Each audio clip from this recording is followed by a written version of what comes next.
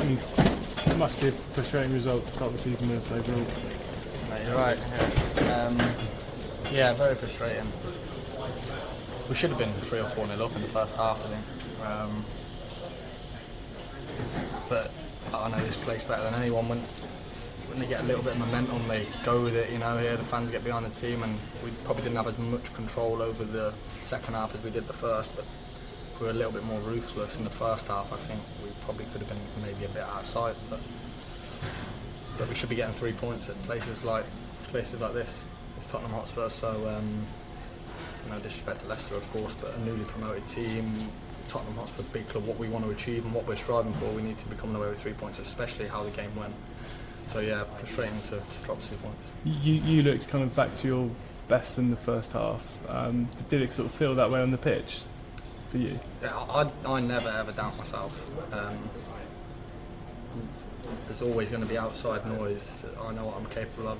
Every player would deal with outside noise, if you like.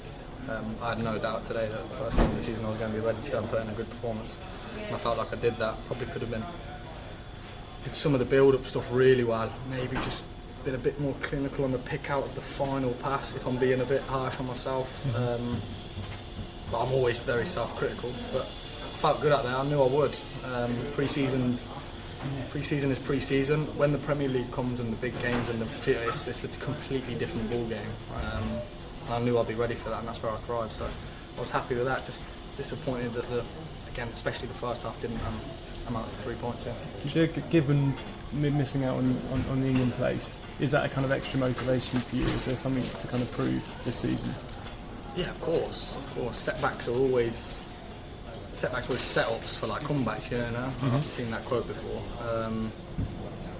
It's how you deal with adversity. My network around me, my parents, my partner, my agent, the manager and the coach, they wouldn't let me dwell on that, you know. I came back with a hunger, and I knew I'd be ready by game week 1 to have a good season. And I want to show the gaffer, that my teammates, the Tottenham fans, I be back consistently to my best. Which I struggled to find the consistency of that in the second half of last season post-injury. But setbacks are it's always about how you deal with setbacks, you know, and I was devastated to miss out on the Euros. But like I said, my network around me, my dad especially, he'd never let me dwell on that and let that define me. So I'm hungry for the season to do well. How long did it take to get over that disappointment, Joe? And what did your dad do? My dad he would never let me be upset, and he was upset for me, of course, as a parent would, but just to be hungry for this season, use it as motivation and make sure and remind me that I can be at that level, you know. I missed out by this. I trained really well with England as well when and we had obviously the warm-up game against St James's Park. I remember it was against top of my head. North Macedonia. Yeah. And I played well when I come on in that, so it was disappointing to miss out by that, and I had a good chat with Gareth about it.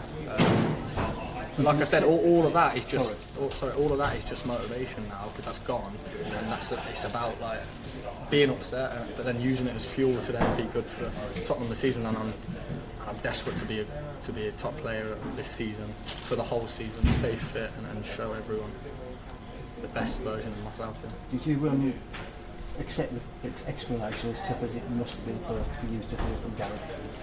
Yeah, you have no choice. You can't change it once it's happened. I was just disappointed. Gareth's a great man, though. He explained his reasonings, and he's a good person. It was never personal. We have a great relationship, actually. And I messaged him not long ago to congratulate him on his England managerial career and wished him well. There's no hatred towards that. I knew it was a business decision that he thought was best for the team, no doubt about that. I didn't agree with him, of course. I felt like I could have brought something to the squad, but like I said, that's in the past now, and my focus is to just to have a really good season. Can we just ask about people looking at this, or go for these Spurs doing all flattering to deceive again? Is that something you've got to get out your game if you're going to, the club's game, if they're going to achieve anything? Yeah, the only important messages we need to listen to are the managers and what's in there. We know what we're capable of. nights like this, you like in the media will get carried away about Spurs dropping points from winning position, but it's all outside noise. It's about what we do within the walls of our training ground and our stadium. It's about blocking you out really to try and achieve what we want to. Good luck.